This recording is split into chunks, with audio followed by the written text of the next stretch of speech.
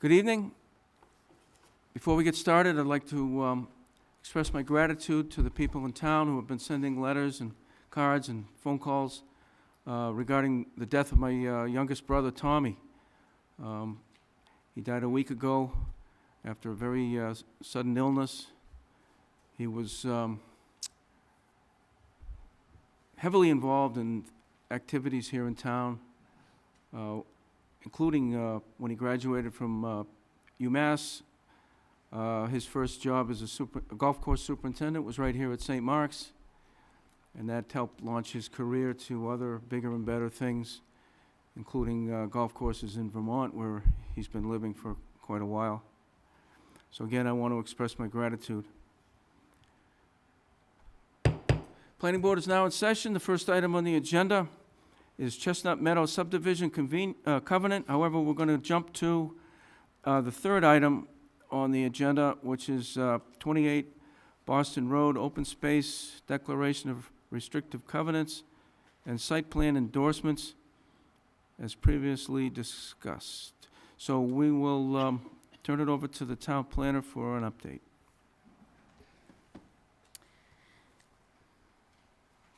.28 Boston Road, as you recall, came before the planning board for special permit for flexible development, major site plan, and special permit for lower impact development. The approvals were filed with the town clerk on February 2nd. On February 22nd, the appeal periods lapsed, therefore allowing us to move forward in order to get the approved site plans endorsed by the planning board to get the official signatures, which I have a set here this evening so that the members can sign that. Part of the flexible development for special permit, there was a condition, there are two conditions we have to just take care of this evening, and one is that condition number 2 indicated that an open space deed restriction was supposed to be submitted at the time of endorsing the site plans. And back in December, during the public hearing process, the Declaration of Covenants, aka the open space restriction, deed restriction, was submitted to us and then forwarded to town council for review. Town council has reviewed it. Mr. Putri provided an updated, revised Declaration of Covenants, which is the open space deed restriction, and I checked it and all the changes were made. One of the things that were taken out of the original was, at the time they originally submitted that document, they were going to transfer property to church from within the project. So that language has taken out. So if you're comparing it to an older version, at first it looks a little confusing, but it isn't. It's just taking out those particular sentences related to that. So the board has to, I believe, take action to accept that deed restriction, and then I have a document of it here, which will require endorsement on the last page for the planning board members to sign. And so we do have a copy that was notarized, signed by the applicant and notarized officially. So if you've hopefully you've had a chance to take a look at that. But I did check it and it seemed to be in order. The third part that we have to discuss this evening is another condition of the special permit for flexible development was that, and let me just bring that up quickly so we know, so you know what I'm talking about.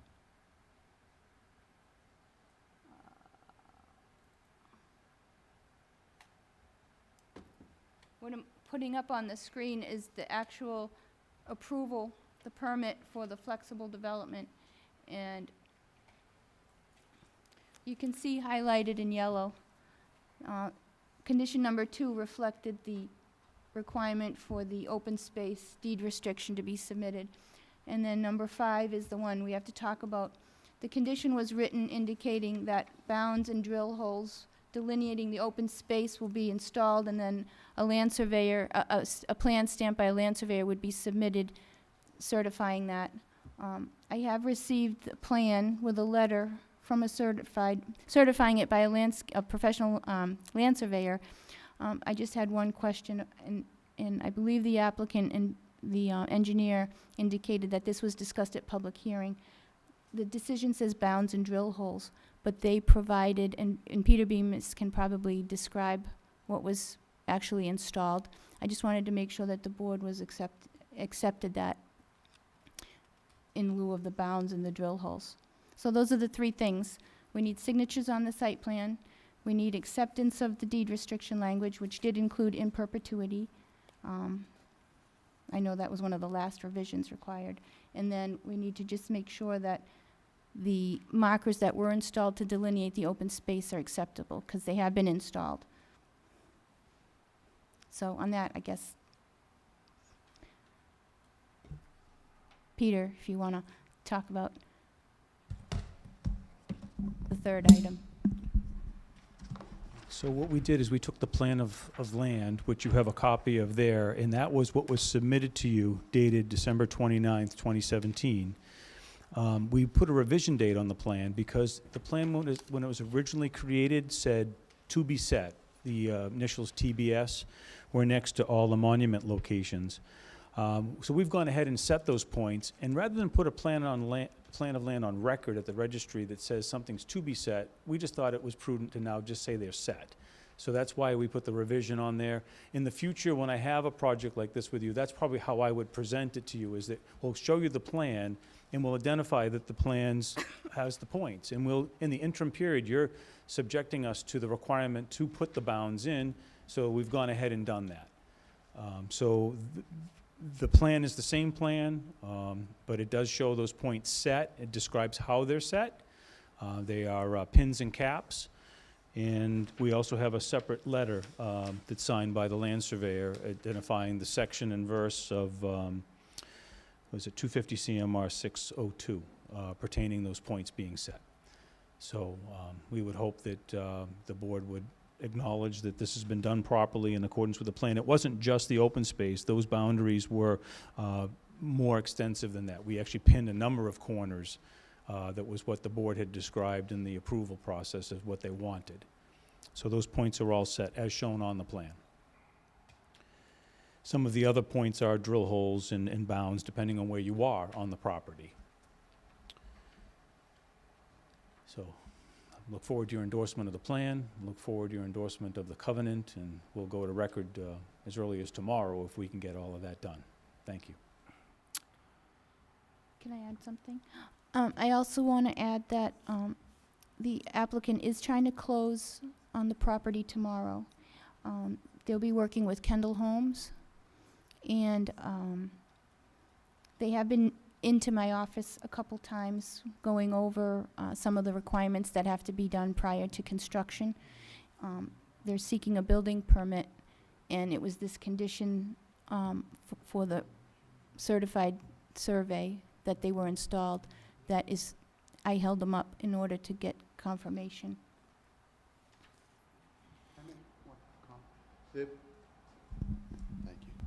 So the reason for those pins, I don't know if you recall the discussion, but what the discussion was that there was a request by the planning board, of a couple of members of the planning board, to not have those drill holes and instead have something that's more visible to the open space with those with the iron rods and the caps. So that was the request that was made, and I believe the reason for it was, you know, in open space, those things can get covered up and they're very difficult to find. So that's the reason we went with this, is that was the direction that we took from the board.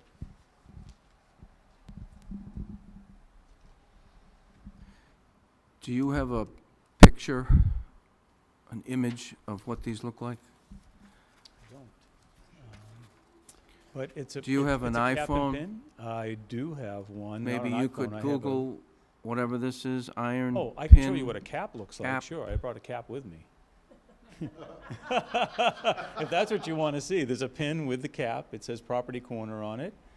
In the case of it being an easement, we also have a cap that says easement corner as well.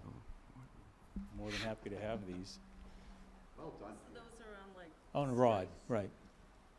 So they're very easy to see, and again, with a metal detector, which is a fairly reasonably, cost item, you can easily pick those up. So they're readily discernible, and they all have a witness next to them, which is an oak stake, bean pole, with flagging on it. So I'll open it up to the board. Mrs. Luttrell?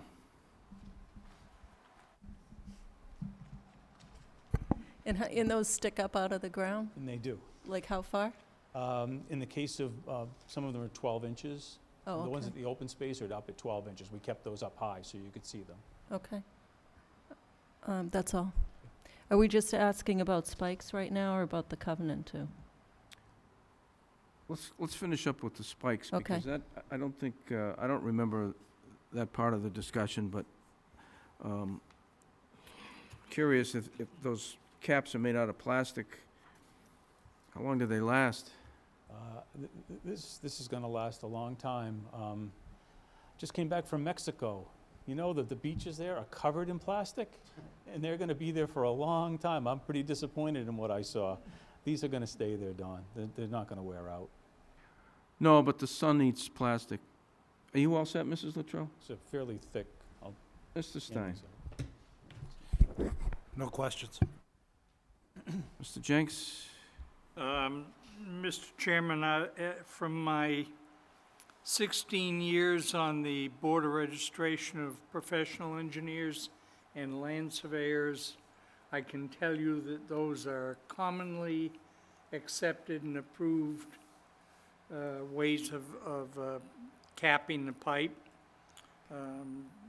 They last a long time, and often they have the surveyor's information on them. Do these? No, we don't advertise that way, but we could. Okay, Yeah. but they are a generally accepted standard. You answered how much these stuck out of the ground. I think more important is how deep are they in the ground? Oh, these are 3-foot rods. Three- so 3, and they're a foot above the Above. ground? At a minimum. So they're 2 feet in the Right. ground? At a minimum. And it's a And they- robust bar. And they are on all corners but not curves, They're on the points noted, which is all the corners? for the most part, yes. I mean, those For are the those most are the ones, part. those So are the ones some- you identified. Some of the corners aren't identified? No, sir, those are the ones that we agreed that we would put them at. I'm just saying, some are gonna have a drill hole at the corner, some are No, gonna have a bound at the corner, and some are gonna have a pin at the corner. All of the boundaries for that lot that we're conveying to the church in that open space area, those are defined, Okay, all of the corners yes, are defined. yes. I have no questions. Mr. Mills? I have no questions. Thank you. I'm looking at a corner and it doesn't seem to have a cap. The, By which one, and the two caps at the northern part, 25.67 feet apart. The one to the east. And then you follow that line down and there's a change in direction.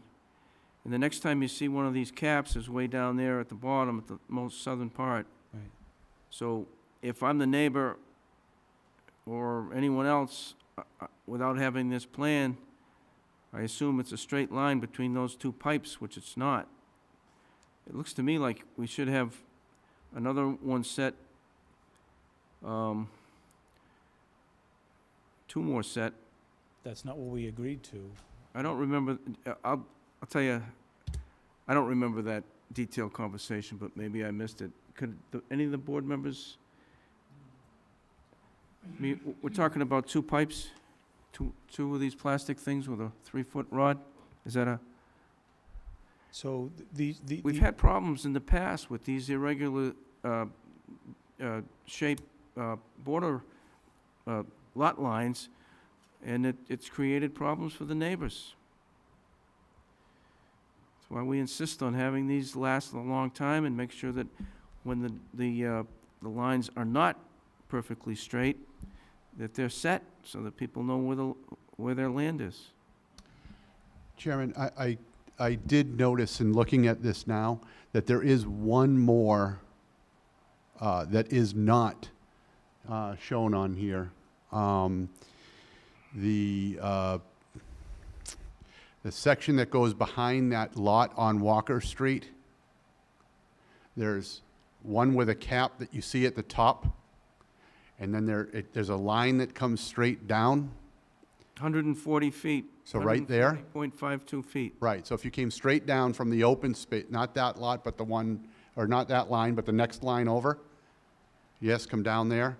At that point right there, there is also a cap, one with a cap.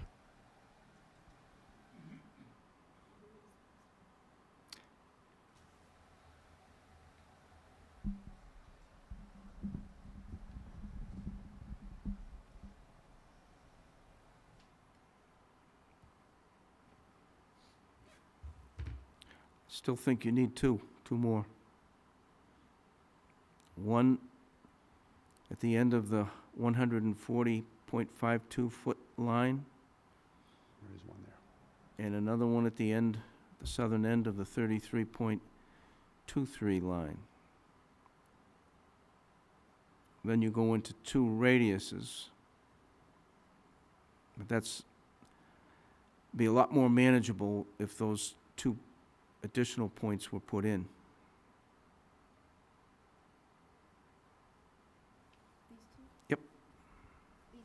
I personally have a problem doing all of them, but that wasn't what we had shown in the exhibit, and that's what we went forward with, and that plan was the one dated the 29th, and the only change that I've made since then was the fact that we put in, instead of TBS, we put in that what we set and how we set it.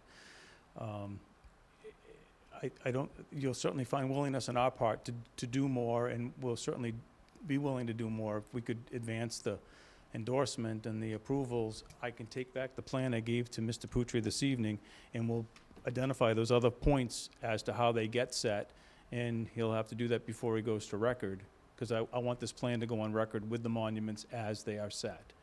I don't want it to be a to-be set. Doesn't make sense to me. Well, that's up to you. We're willing to do that, but can we at least get the endorsement and whatnot done, and I'll just give Karina another letter certifying that those are done before she hands it to us.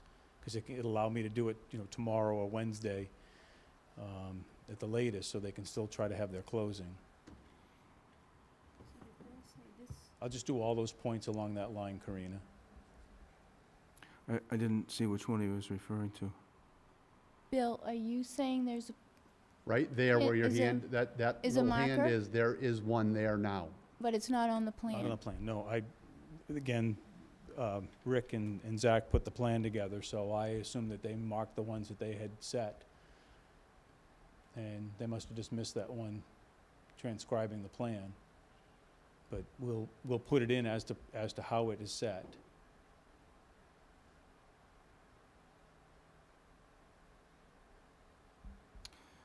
And I'll just add the other three that are along that edge, because no one should be going out there to look at this line without a plan anyways. They're gonna walk a line.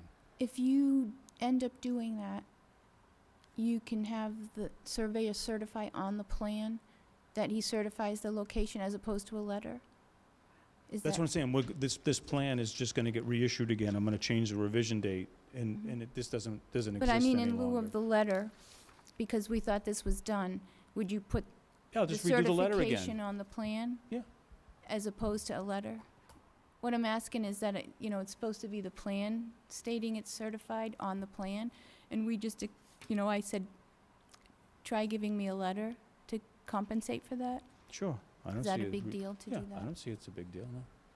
Then it's on the plan and you don't have this extra document, and Okay. then I think that's what the condition actually indicated. I would say with that piece, that the pin that I know is there and exists, if we went back, could you go back to that for 1 second, Karina? Yeah. Thank you. If it really, if you took from that point to the other point and drew a straight line, the only thing you're left with is more open space. You know, so it doesn't, it doesn't decrease what would be perceived as the open space. As a matter of fact, it would increase what is perceived as the open space. So I don't know that, you know, putting pins on curves isn't just going to confuse things even more. I don't think we asked you to do that. We asked you to put the pins anytime that there's a change in direction relative to a straight line. Okay. So there would be, all right, so it would be that one which we know already exists and possibly one more in that 33 feet after? Is that correct? Yeah, And that, is this a straight line right here, It's a curve. That's a curve. from this point? Yeah. That whole thing is a curve. I can see the markers there, but here to here is straight. with those additional pins, it'll be a lot easier to get closer to what is the actual property Understood. line for the neighbors. Sure. And then, of course, on the other side, we see the stone wall along the eastern side. At the southern tip of the stone wall, is there something there? Nope, the wall just ends, but we can set something there. If there's enough rock there, we can set a drill hole and we can set a pin on the corner. I'll do that as well. And then on that eastern corner at the end of the 18.61 feet? That's what I'm saying, yes, I'll do Okay. both of those points done. That should do it. Right? Okay. Anything more on the pins? What was the next item? We have the declaration of restrictive covenants, which pertains to the open space deed restriction. Mrs. Luttrell. So I know we had a lot of conversations about the open space restrictive language, and I see that the language got onto the plan, but what's here is not consistent with what's on the plan. And this language is not restrictive and wouldn't protect the open space.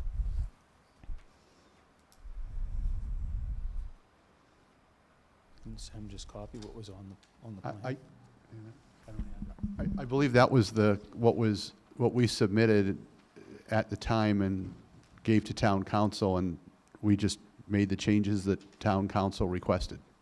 But I asked throughout the hearing process and that the restrictive language that I had passed on be on the plan, be on the deeds, and be on the master deed. It will be on the master deed. It's one of the But- things is in the master deed. It needs to be outlined in the master deed. That's, So but this language is not protective of the open space. so when we got to the deeds and the master deeds of the condo documents, would that be the appropriate time to make sure that that was covered? Because that's what the approval asked us for, was in the deeds and in the master deed of the condo documents. In a deed restriction. Isn't this the deed restriction? It's my understanding this is the deed restriction, right? The declaration of covenant. Mhm. So if I'm getting this right, I think what Mimi is saying is that the third note on the plan for flexible development, plan of land, should be included in this deed restriction, Right, the restrictive language should be consistent all across the board. which you agree is number 3, right? The third note on the plan. And I have a bigger copy if you can Yes. get there. So if you take paragraph number 3 and add it into this as redundant, so that it's here and here, so it's on the plan and, see, and also you probably didn't point out that this deed restriction includes in its exhibit a copy of this plan. So I don't know if that satisfies that or not. So this document will be recorded with an Correct. exhibit, which is this plan. But that may be too removed for what you're I just know from past experience that it should be consistent, it should be explicit, or else things happen.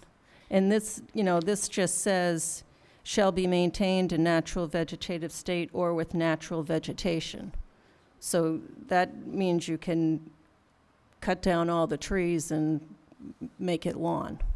I don't believe that's the case. I think what it says is that That's, I just read you what it says. But it says that there's the exhibit that explains that, as Karina said, is in the plan where it's very specific, which is part of the deed restriction, is that exhibit. Part and parcel of the deed restriction is the exhibit which is attached. So I just don't understand the inconsistency. And also on number 4, it has the modification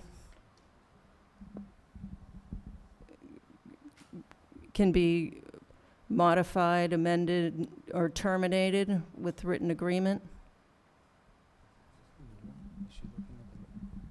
Are you looking at the latest one, Mimi? This is the one that I got, emailed to me on Friday. Oh, then that's what Sem prepared, okay. You're talking about item number 4, Item number 4. rights of enforcement. It is,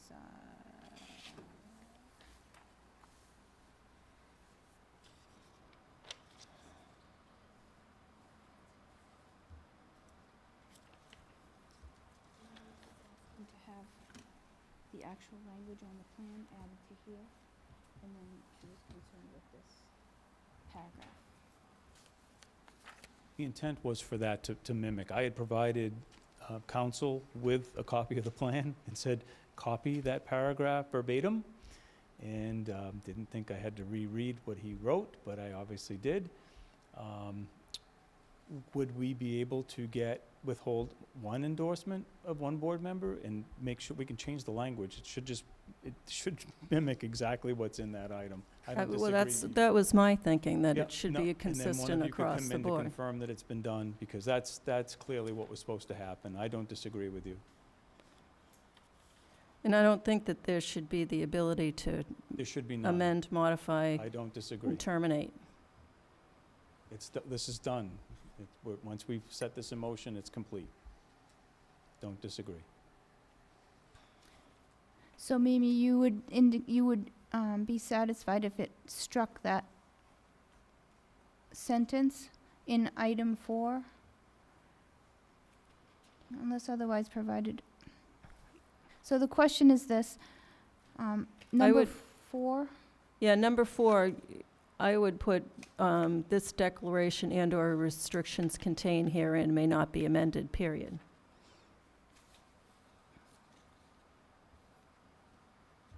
Because currently it says it cannot be amended, modified, limited, or terminated without the written agreement of the town and the declarant, or the then current record owner of open space. So the town always has to be in agreement. So you, Right. Well, so this flexible subdivision special permit requires open space.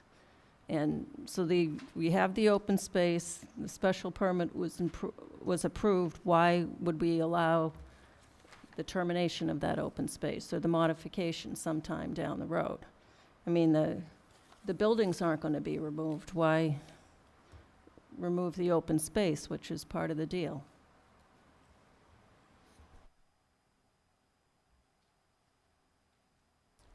Honestly, that's probably a provision that's put in almost every one of these agreements, so that the town and approving authority would always have the ability to go back and correct something, but I don't disagree with you. This was set for perpetuity.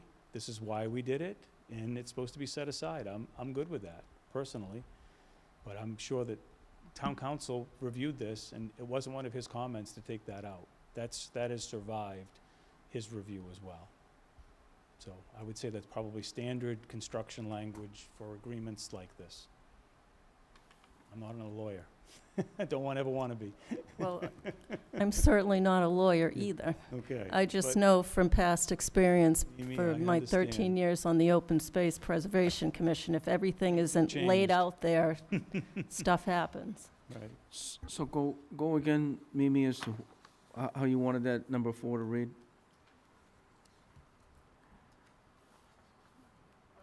I really gotta go. I can take the rest. First sentence is okay? Yeah. The open space language goes into more detail on, and I don't know if it needs to be in here or not. On the town shall have the right to obtain objection and/or equitable relief for any violation, blah, blah, blah. I don't know if that needs to be in there, but that's in that language that we've been using. But at the very least, I would like a period after this declaration and/or restriction contained herein may not be amended. A period after the word amended. Yeah. That's the part that Mr. Beamer said he didn't have a problem with. Do you know what he's talking about, Bill? I know what he's talking about. Let's try it. I think it accomplishes the same thing when it says, when you put in without the town's approval. Who knows what that means? It's nothing anybody else can do. I certainly have no intention to change anything. There's no intention. I think that, and again, as Mr. Beamer said, it survived town council's review. So I don't understand why he would have left that if that I weren't could the see case. where you could be concerned if the boards change, and then it comes back to the board, and then what was set by this board is then Mhm. changed, which could happen if you come back, if the intent is to stay with what you decided. You might want that stricken, I would think, to be sure if that's your intent. And I just want to point out, on the plan, it does have the full language of the Northborough. So it would be add that paragraph into the document and then strike that sentence. Let's try it, see what, we'll maybe have a pinpoint question to town council if he can live, or if he has any objections to us revising number 4. He shouldn't have any objections to us adding the paragraph that's on the plan, Mhm. right?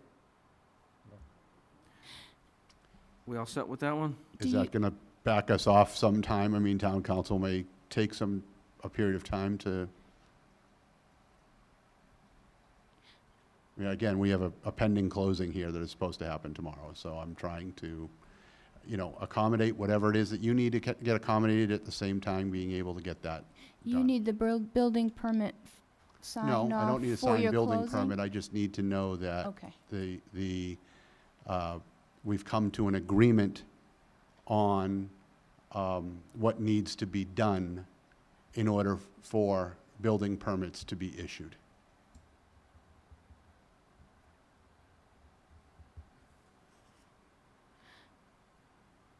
So just to be clear, at this point, those markers have to be set, That's And- fine. either certification on the plan, which is preferred, versus the letter, That's fine. and then modify the declaration of covenant to add that note 3 to the declaration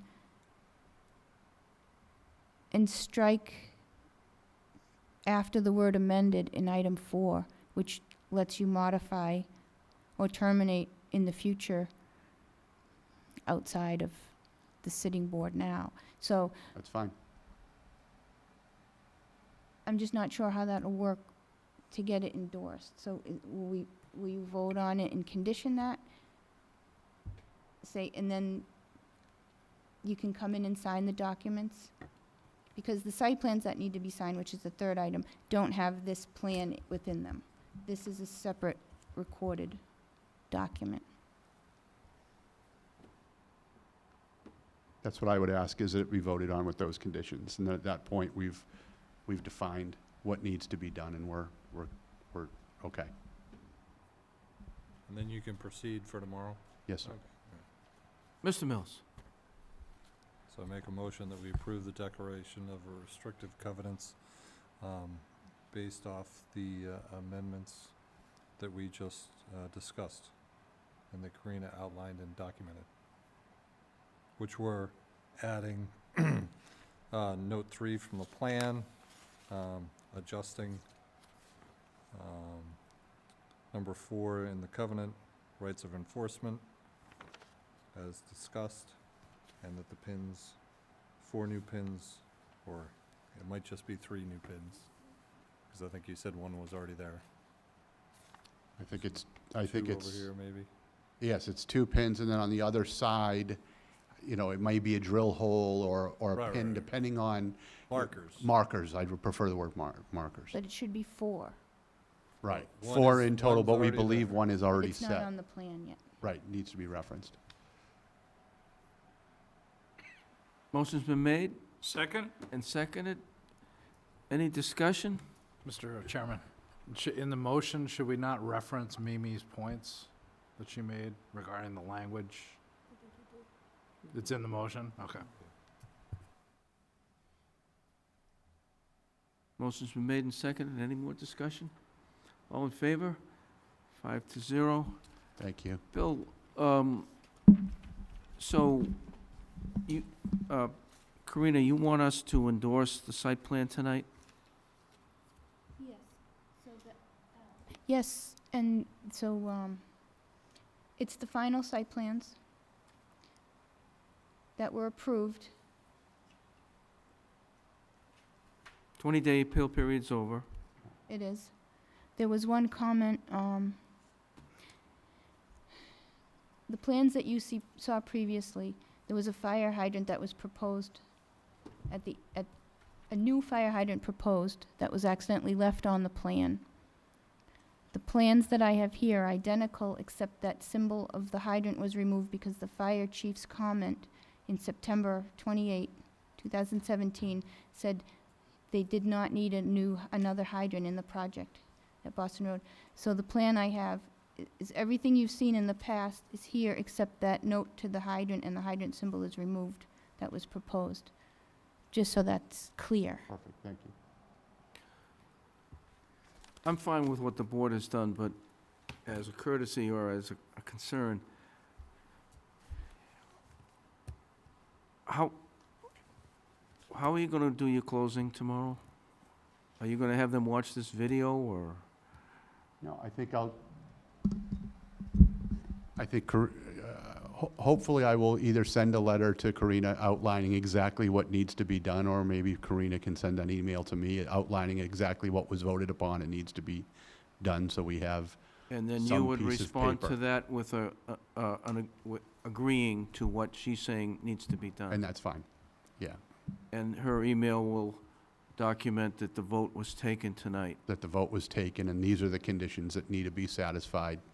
What time is your prior closing? to issuing. 10 o'clock, I think. But I don't think it's a situation where, again, we can conduct a closing and hold to go on record if it's 3 hours later. That's not a big deal, you know. I think that it's just a matter of realizing, understanding this has been done and those pieces are in place, and as long as those items are followed, then building permits can be obtained. That's all. Okay. Right. Anything else? And you let Thank you. Kendall Holmes know that they don't have to come in tomorrow to get the building I'll do my permit best. signed. Okay, Thank you. Thank you. Good night. thanks. Night all. Next item on the agenda is Chestnut Meadow subdivision covenant. We'll ask the town planner to, this was put on the agenda in the hopes, and this is one of the things that I think we're all grateful to the town planner to keep, how she keeps things moving. We put it on the agenda hoping that if the paperwork was all in order, we could address this tonight. There is some omissions and some errors on what we finally received, and Karina will update us on that a little bit. And then the discussion that she had with George Connors from Cornerstone, who was the designer. You ready, Karina? I am.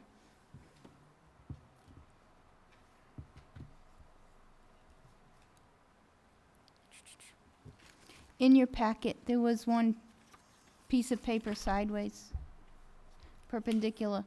It's, right. This is a letter of review that we received from Town Council this afternoon regarding the covenant for Chestnut Meadow subdivision that was previously approved. Let's see here. Let me just look back for a second.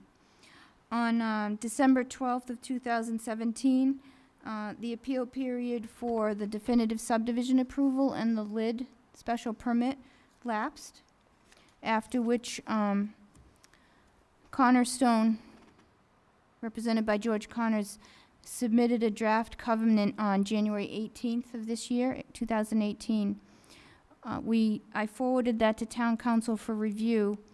Town Council had some interim questions which we were working out, and this afternoon we received, like I said, a full review letter regarding the covenant, with some items that still have to be worked out between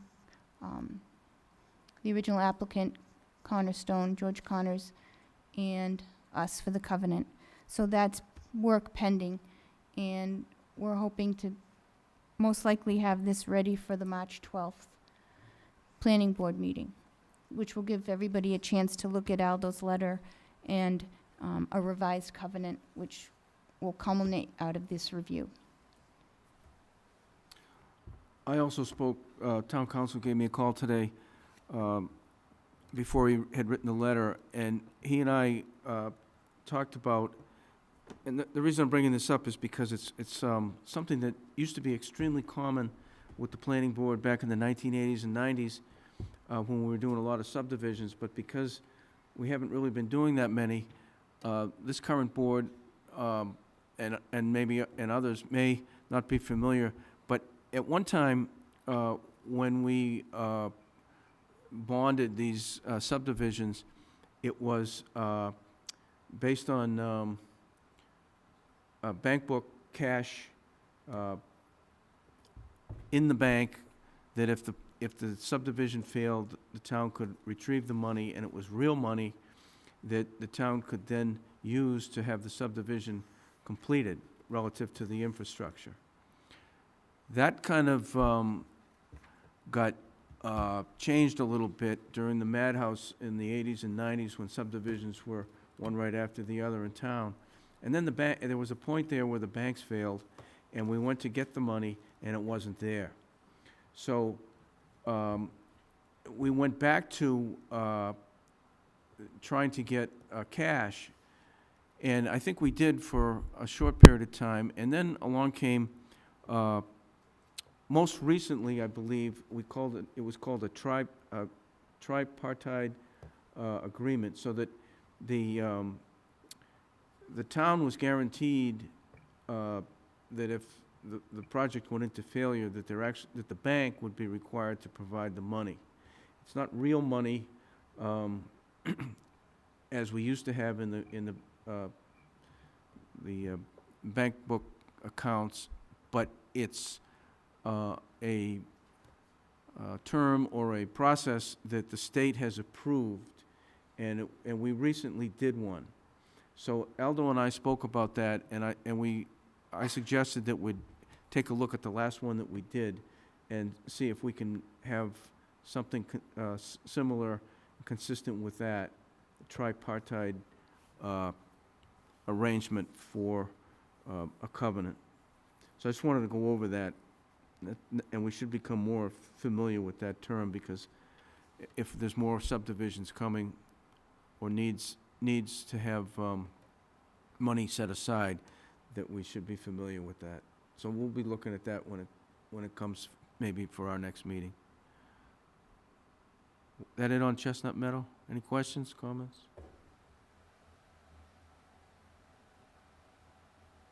So, once I get a chance to review Aldo's, Town Council's letter, we can, and I have to become familiar with this tripartite agreement. Okay. Right, that's why I brought it up. We need to educate ourselves on that, and Town Council is very familiar with them, but again, because we haven't had a whole lot of subdivisions, it's something that we haven't been doing a lot, and he's willing to work with us and himself to get up to speed and make sure we do it right. Next item is warrant articles.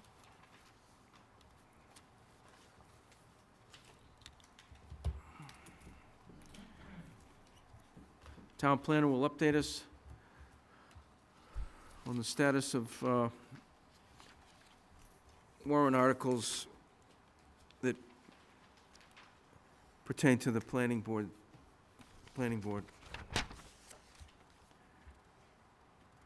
Good? Yep. All right.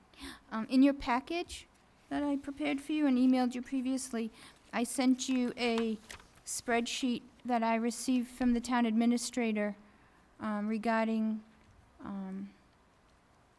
the final list of proposed warrant articles. There's one change that I was updated today, and that was Article number 8. You'll see me have crossed off the amount they had in there for the capital budget, corrected to today's date. That's the only change that's on there. The reason that this is important for the planning board is that there are a couple of articles that, although sponsored by the selectmen, have to come through the planning board hearing process.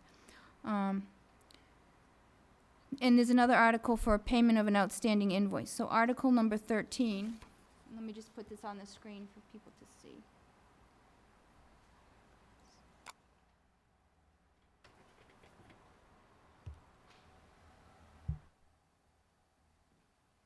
Okay.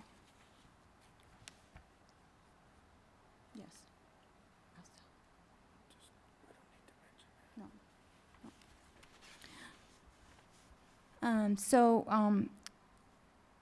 In your packet, Article 13 talks about outstanding invoice. We discussed this at prior discussion. It was for RKG. Yeah, it was for $1,050. So the warrant article for that has been written and submitted, and that one should be all set to go for the annual town meeting. The other article is Article 30, which is a zoning bylaw amendment, which needs to go through the public hearing process, through the planning board, who then makes a report and reports back to the Board of Selectmen on that finding. And that one is an amendment to the zoning bylaw, Chapter 174 of the code. There's a section 174-10G, and it's basically one sentence which indicates that if you appeal a site plan approval from the planning board, right now you appeal to the zoning board. The change will strike that sentence and will take the course of the state statute, which is you appeal to the courts. And it's not, so in your package I included the draft warrant article, and it reads, to see if the town will vote to amend the zoning bylaws of the Southborough Code, Chapter 174, entitled Zoning, by striking therefrom Section 174-10G in its entirety, which specifies any person aggrieved by the action of the planning board on a site plan approval application may appeal said action to the zoning board of appeals as provided in Article 6 hereof. And one other thing.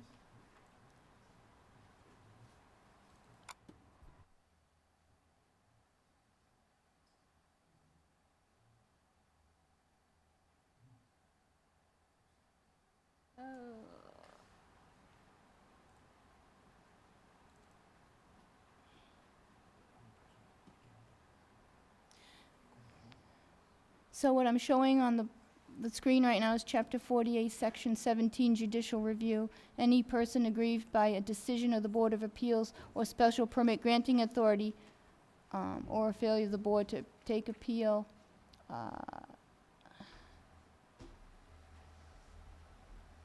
may appeal to the land court. So there is a section, so let me just back up a little bit. So when I saw this warrant article, and I saw it was striking something out of the zoning code, the first thing that came to mind was, well, what is replacing it? How are the people going to know, okay, I can't appeal to the zoning board on my site plan, what do I do? And it was explained to me by town council and from the town administrator that there is law already on the books that says what you have to do, so to repeat it would just be redundant. So there's already a course of action to take if that particular sentence and section is stricken from Southborough's zoning code. And that, the answer to that, what you can do, is found in section 40A, chapter 40A zoning, section 17 judicial review. Do we have a date yet, or a target date for a public hearing on this matter? Yes, that's the last thing I was going to tell you about this. Because this is a zoning bylaw change, it has to go in front of the planning board as a public hearing. So it is scheduled for March 12th as a public hearing. We posted in the newspaper for today and for next Monday, which satisfies the 2 consecutive weeks. And then the following week, we have the public hearing scheduled.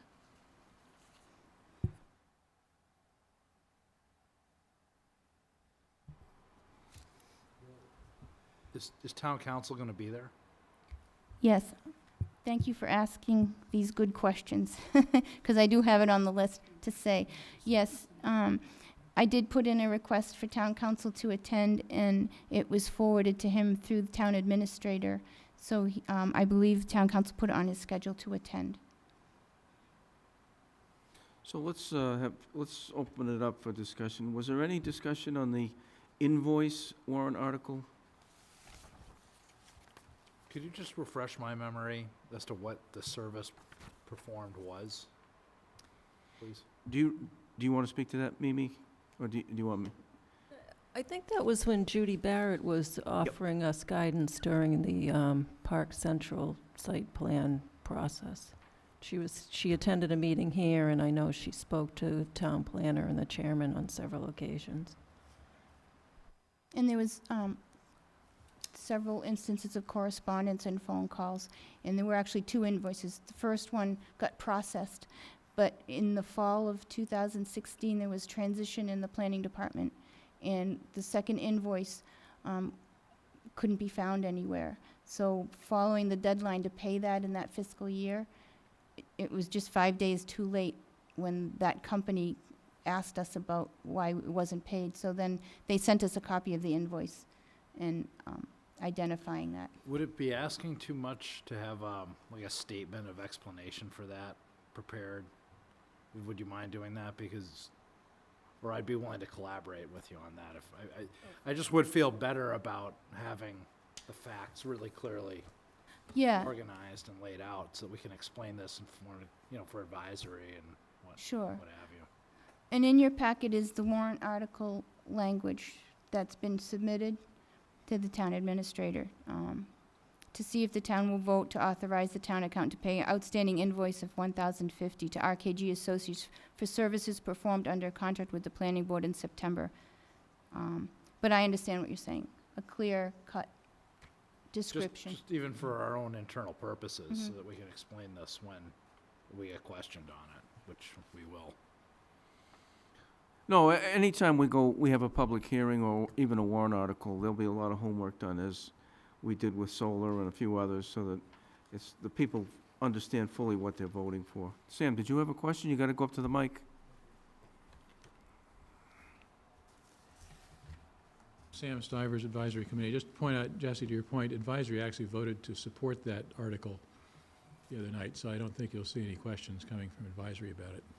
But it's useful to have the detail, certainly, anyway. Thank you.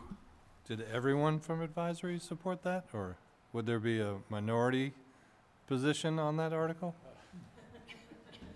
Not that I'm aware of, not from me, okay. anyway. All right, thank you. Good question, Mr. Mills. Are we all done with that one?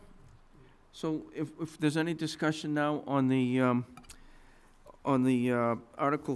proposed Article 30 that deletes the language relative to appeals to site plan. Anyone? Mr. Jenks? A very minor typo, I think, and I'd ask for you to check it and let council know if I'm correct. The reference in the first paragraph to section 174-10, paren G, at least in my copy of the code, there's no parentheses. It's just 10G. And we might as well get it right. And then what it seems we're being asked to delete is that an aggrieved person or person aggrieved by our action on a site plan approval may appeal to the zoning board. I assume they don't have to. And if they don't have to, they would normally go right to the court. So what this sounds like we're doing is taking one option away from people, and although in general I'm very much in support of taking all site plan activities out of the hands of the zoning board, especially, I guess, the appeals. But there may be a situation where a neighbor wants that forum without having to pay the expense of going to court. And we're taking that away.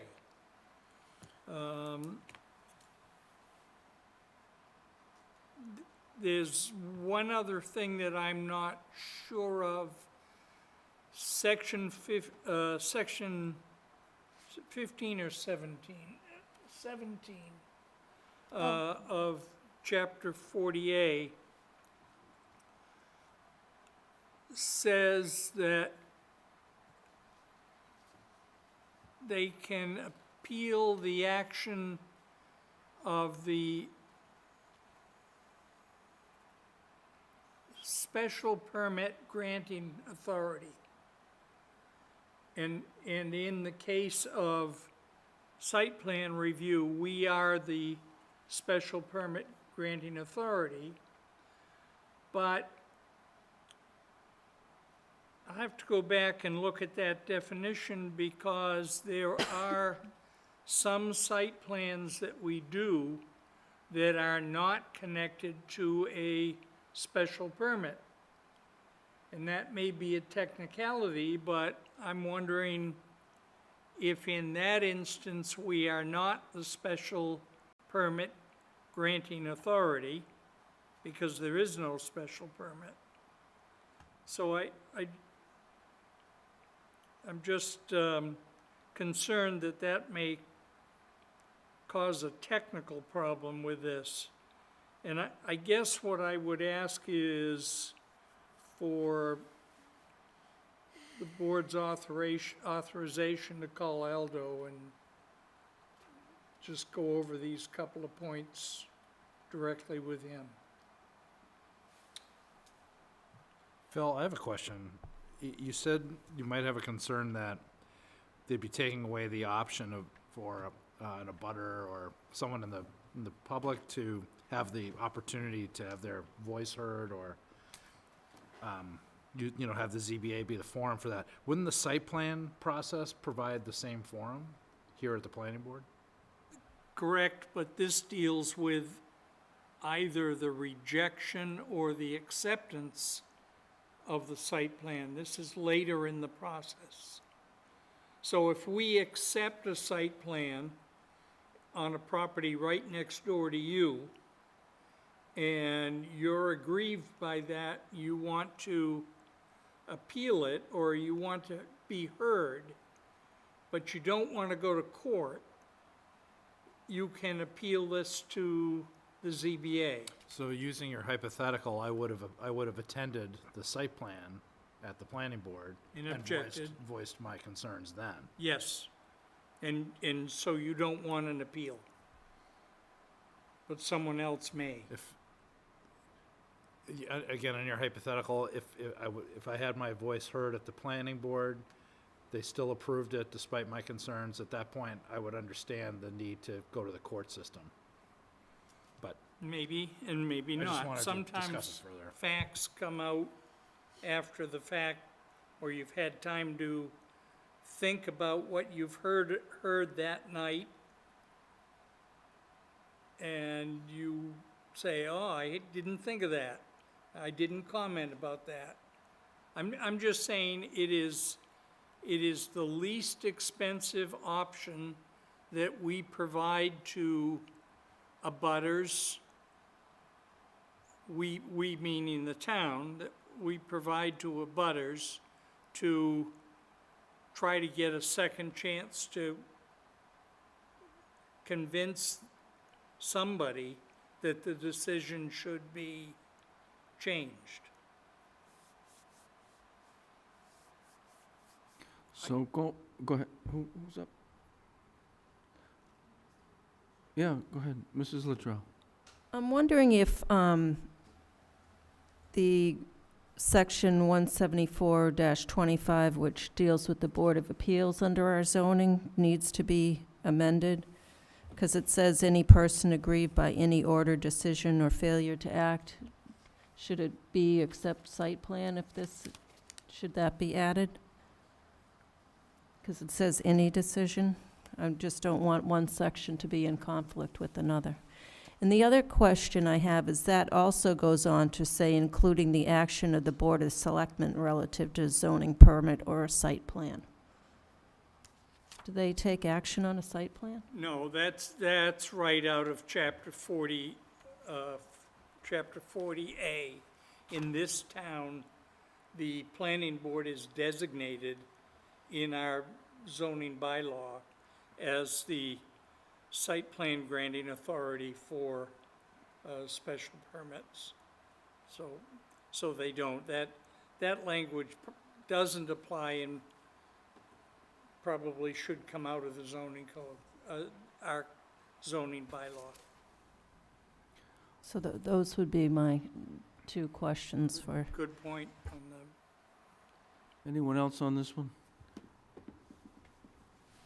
So, when I first read this, and I was with Mr. Jenks with concern of if there's an appeal, not going to the ZBA to hear it and kind of get settled in the town before going to the courts. However, after thinking about it deeper and knowing the amount of time and effort that we go through all these plans. I'm not saying the ZBA wouldn't take the same diligence to an appeal. I think there are a lot of specific technicalities that we look into that we specialize in that the ZBA doesn't, so it does make more sense that if there's going to be an appeal, that it would go to a court where it would be looked at the same level we would, is my feeling. So it's my long-winded way of saying I'd be in favor of it. Well, again, I said that I had a conversation with town council this morning, and we talked about this one also. And if you'll see, it's proposed by the selectmen. Yes. And I believe the reason for that is because town council brought it to the selectmen's attention that during a court appearance on an appeal, the judge brought to our town council's attention that that the way Southborough has it is peculiar. And it's not peculiar necessarily because of the way Mr. Jenks was talking and giving the neighbors an opportunity to resolve it locally. The judge was concerned, and again, I know town council will do a much better job of describing this and explaining to the public why it should be changed. But the judge, the main concern was that site plan, which is in the planning board's expertise, is being appealed to a board that has far less, if not no, expertise in site plan. And it's that which concerns the court, that you're appealing to somebody that knows less about it. Aldo will do a much better job of explaining it than I will, but that seemed to be the, I guess, the catalyst for town council suggesting this change, the selectmen agreeing, and it sounds like the planning board agrees, but I'm very glad that, I didn't expect us to go into the merits of this tonight. We will in the public hearing, but I'm glad that we did because we brought up some good questions. Karina's written them down, and those will get launched back to town council to see if there's more work that needs to be done on this before we go to town meeting. And as far as Mr. Jenks' request for permission to go ahead and call town council, I'm in favor of that.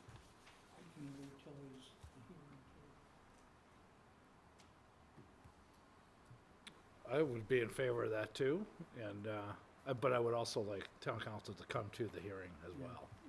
But I would actually appreciate it and, would like Phil to do that, to get as much diligence done up front as possible. Maybe a compromise on that would be, I'll send him an email and just tell him what questions came up tonight. That was, I was gonna ask, if you wanted me to forward an email to town council, if you could just send me your questions, unless you wanna do it directly. No, better yet. Okay. So if you can send me your questions this week, maybe by the end of the day Thursday, then I'll put them together and put it in a formal document, and then asking town council to confirm that he will attend that evening. Mr. Jenks. I would just double back and point out that I opened my comments by saying I would like to take everything related to site plan review away from the zoning board. So I agree with the comments that apparently were made by a judge, that they know less about this. And that zoning process was a very strange process to me, because we had a developer in appealing to the zoning board about our rejection of a site plan review, and we were not a party to that. It just didn't make sense to me, and that approach still doesn't. So we'll square it away. And it was encouraging because my conversation with town council was not that long, but we did cover some ground, and at the end, I think, at least, I'm not sure if he has the same feeling, but I think he gave me the feeling that we're all looking forward to actually having the ZBA support this. That it would be something that they realize is the right thing to do also. And it's also peculiar to Southborough in that other towns do not do it this way. Anything else on this one?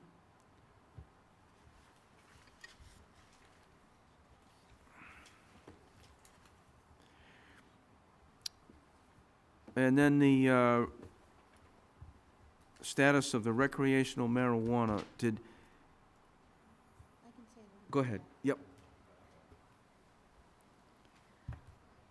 Originally on this list of proposed warrants was an article pertaining to the recreational marijuana sales in Southborough. And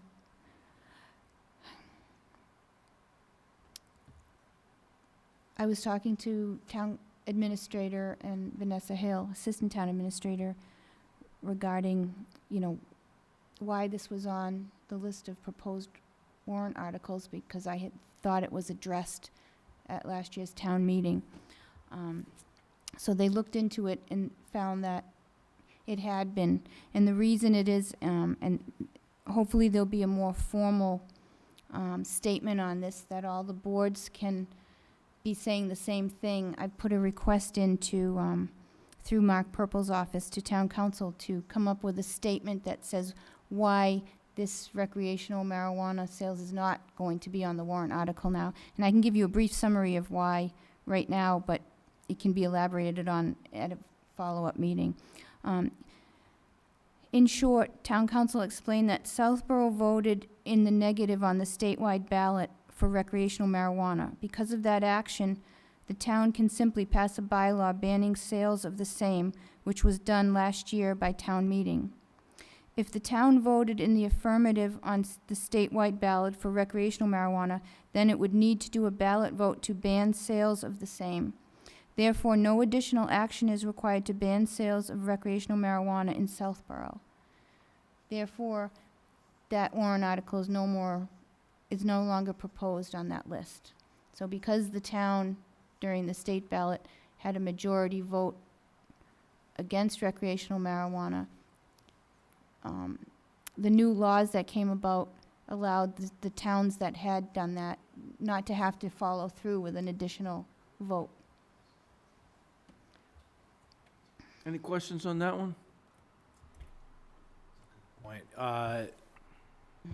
Mr. Stein? Unless I'm mistaken, we did not actually outright ban it in the entire town. I believe we relegated it to very small parcels within the And that's what town administrator had thought as well.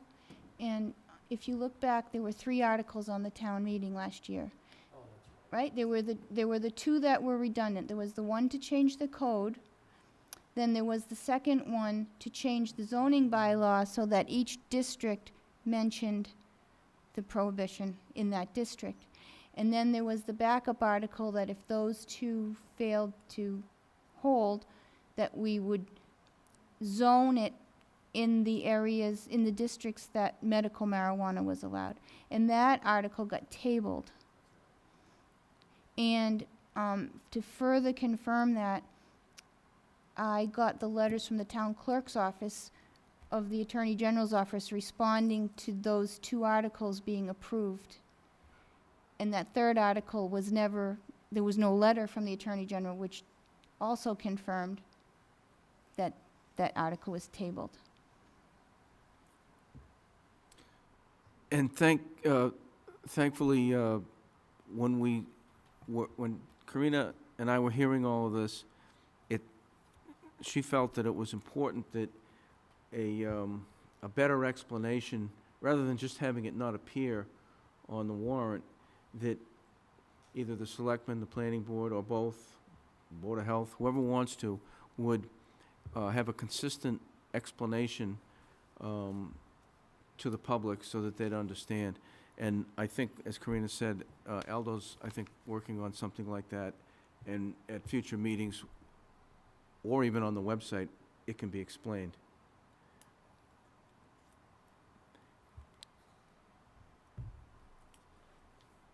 What's next? Planners report?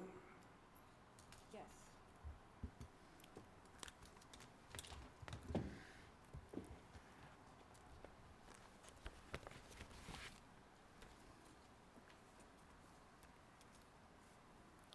Okay, first thing on the planner's report, and it's not listed on the agenda notes, is I wanted to give you an update on the business administrator 1 position that we're searching to fill for the planning department. Jesse Stein, Phil Jenks, and I, and Vanessa Hale met to shortlist some potential candidates, which we'll be interviewing this week and next week. We received 30 resumes, which was good. We have a short list of 6, I believe, that Vanessa was working on inviting to interviews, which will start this week. So that process is moving along, and in the meantime, I've been trying very hard to keep everything functioning in the planning office. You'll notice that I haven't quite completed the meeting minutes yet for the last 2 meetings, but that's on my to-do list this week. I realized how intensive they are, so to prepare those. So those are coming. So that was the first item. Just wanted to get you up to speed on that.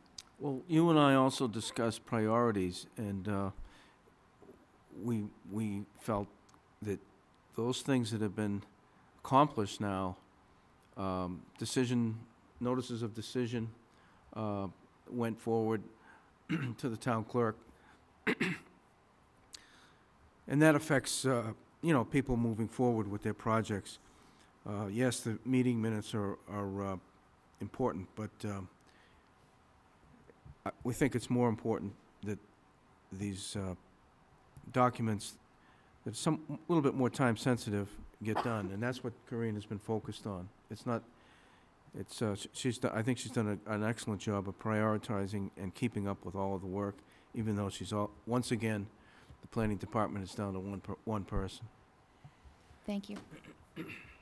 The second item, I just wanted to give you a quick update on the 2 different aspects of Park Central. First, I just wanted to clarify, there's probably been a lot of back and forth about 2 Park Central, which was starting to, which is the project that you're aware of that Capital Group Properties was coming forward with some potential movement on. I had been asked by the EDC to attend a meeting, an informal meeting with the developer who wanted to initiate contact with the town about this project. After which, and during which I suggested he come to a meeting as a discussion item to just informally present. He's holding off on that for now, so that's the update on that. I don't see that coming in the next month or 2, so it's kind of off the agenda for now. The second part was, I was notified today by the conservation agent that on Friday, the Conservation Commission and Capital Group Properties was invited to a meeting at the DEP to get the determination of the appeal for that project. I asked whether it was a public meeting or not. They weren't sure, but I was told that they were invited, those 2 groups were specifically invited to hear the outcome of that meeting. So on Friday, we'll have better understanding of where that project is. So I just wanted you to know that. Public Safety Building is currently in the process of their construction bidding, and the Public Safety Building Committee met on February 22nd, and I thought it was interesting because one of the items is that they had a joint meeting with the Board of Selectmen on the project status, the budget update, requests related to the project bid, and solar canopy request. So there are things like that coming along, which are probably pretty interesting and good for that building to pursue. So I wanted you to know that. And then also, I believe they're moving forward with their building permit applications. I did receive 2 copies of the final set of plans that were mentioned in the decision of approval. So I have that just to keep you updated on that. The next item I had is 135 Deerfoot Road. I just wanted to give you an update that there was a public hearing notice, meeting of the Historical Commission, Monday, February 12th, seeking a demolition permit for that property, for the building, the house, and the barn. So I know that during public hearings, they weren't talking about raising the barn. They were trying to save that. But I think they are moving forward to raise both of those as part of that. So I just wanted to give you that update. Let's see here. We talked about recreational marijuana. We talked about RKG. Shopsy. Jesse Stein is the vice chair of the Shopsy, which currently has 3 members, correct? Yes, so we don't have a quorum. We're required to have 7 members. So Jesse has been on a recruiting and membership drive.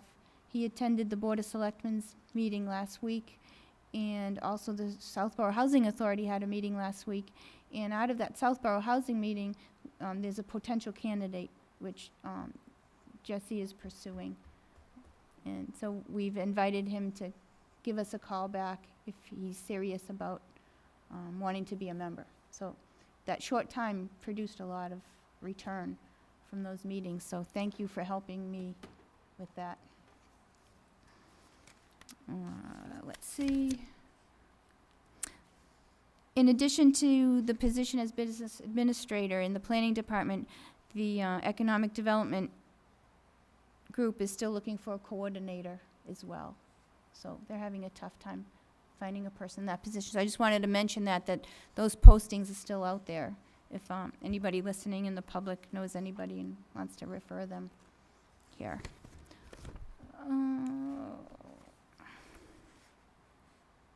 Okay, the last thing, just to reiterate, there are 2 public meetings that have been advertised for the next planning board meeting.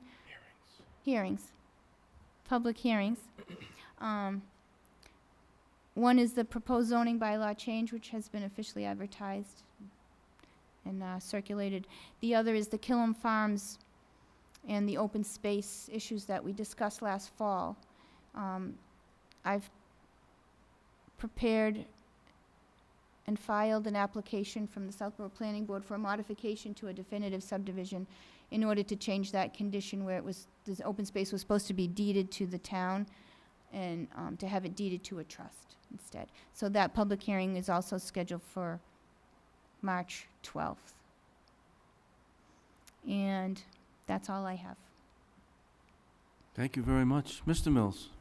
Just a quick question. For the Killam Farms modification hearing, is that, what, does that require a 4-person vote? Do you know? Just curious. I'll have to check. I don't have it on the top of my head. Okay. Because we just did 4 Hidden Meadows. The same Curious. thing. I'll find out for you and I'll let you know. All right, thank you. Okay. Modification to the plan? Do you know? No, I don't want to tie it up anymore, I just, We'll look into it. okay. Good question. Yep. Do we have all 5 of us for the 12th? That's what I was asking. I plan on being there. I'm catching a flight back from college tours. It's just if there's snow or something, or that's all. So, Never snows in March. motion to adjourn. Mr. Stein, everybody, you're good, right? Say that again, Mr. Motion to adjourn. Second? Motion's been made and seconded. Hold wait. on, I wanted to see if there was any comments from the public. I have one question. Tim? Hi, Tim Litt, Woodland Road. One question just on information. I was noticing the Commonwealth of Massachusetts Complete Streets program, and I saw that Southborough had registered but hadn't gone any further. And I was just curious as to what the status of that was. You know, there's $50,000 worth of technical assistance money and $400,000 worth of construction project money available if we do a whole bunch of work. And hearing, you know, Karina being busy, I'm not trying to add more, but I was just curious. I am becoming more aware of that topic. I have seen a file on it. It's not currently on the top of the list, but I will put it on my list so that it doesn't get forgotten. Okay, Okay? thanks. Well, is what you're talking about the responsibility of the town planner? I don't have her job description, so I can't answer that. What's the It- official it- name it of is- that it is- program? It's called this- the Complete Streets Complete Program. Streets, yes. And it's a program that allocates money for making sure that as streets are done, that they are not just for cars, that they deal with sidewalks and Bike trails, bike paths. bicycles and whatever else. You know, it occurred to me that the DPW has a planning board as well, and that might be a question for them.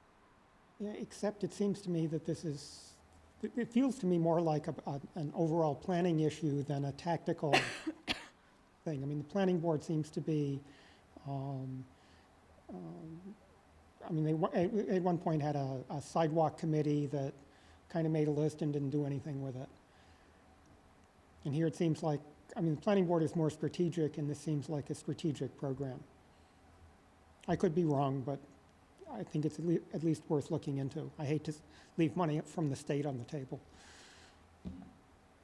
I have talked to some consultants. I attended a couple of conferences that included vendor tables and consultants who specialize in helping communities and towns with the Complete Street program, and they've done it for several other communities. And I have email correspondence and contacts for that. So I have starting to build a little bit of a base of people I can talk to about that. But I will try to see what exists in the files already and get up to speed on it. Okay, I'm not and- trying to light a fire or anything, I'm just No, curious. I anticipate once the position is filled and they get up to speed, I'll be able to be more proactive on something like that, if it's under my jurisdiction. Great, thanks. Okay.